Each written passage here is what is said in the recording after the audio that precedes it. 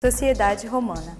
Para melhor compreensão, vamos conhecer as principais classes da sociedade romana. Patrícios eram cidadãos romanos e os donos das terras, dos rebanhos e dos escravos. Possuíam direitos políticos e desempenhavam altas funções públicas. Clientes. Eram homens livres que se aliavam aos patrícios, servindo-lhes em diversas atividades pessoais em troca de assistência econômica e proteção social. Eram a base da dominação política e militar dos patrícios. Os plebeus eram homens livres que se ocupavam das atividades agrícolas, artesanato e comércio, além de pagarem impostos. Formavam a maioria da população. Não possuíam direitos políticos e estavam sujeitos à escravidão por dívidas. Escravos, devedores e depois, com a expansão militar de Roma, os prisioneiros de guerra também.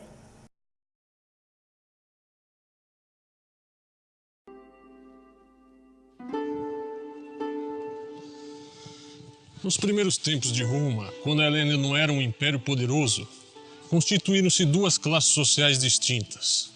Os patrícios, que estavam no topo e detinham poder, e os plebeus, que formavam a base da sociedade e compunham a mão de obra produtiva. Os patrícios diziam ser descendentes dos patres, ou seja, dos pais, fundadores de Roma, e por causa disso afirmavam possuir uma relação privilegiada com os deuses, detendo assim diversas prerrogativas, incluindo o direito de governar e também integrar o corpo sacerdotal. Isso tinha fundamental importância naquele tempo, porque eram os sacerdotes que recebiam dos deuses as leis que deveriam ser aplicadas em Roma, as quais favoreciam os patrícios e se constituíam no sustentáculo da desigualdade social.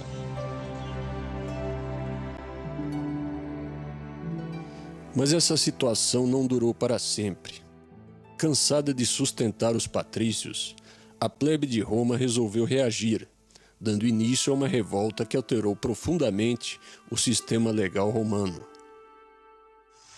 Em um determinado momento, a exploração dos plebeus pelos patrícios chegou a um ponto insuportável e eles resolveram se rebelar.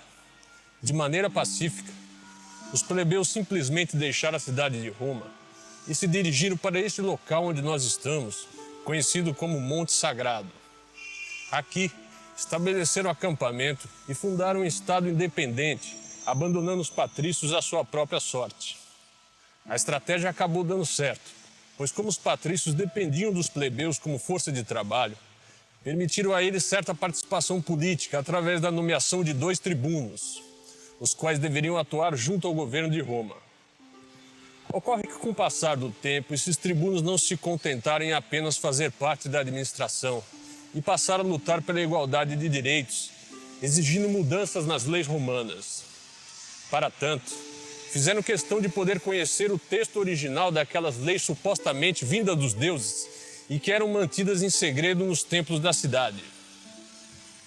Entretanto, como os sacerdotes se recusavam a mostrá-las, os tribunos passaram a discursar para as massas, explicando que leis feitas por deuses não passavam de uma grande mentira forjada para fazer todos aceitarem sua condição de submissão.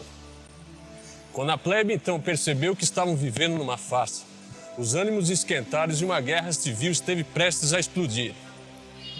Foi então que, diante daquela situação extremamente grave, o Senado cedeu, admitindo-se que as leis romanas fossem refeitas de forma a limitar a exploração do povo pela classe dominante.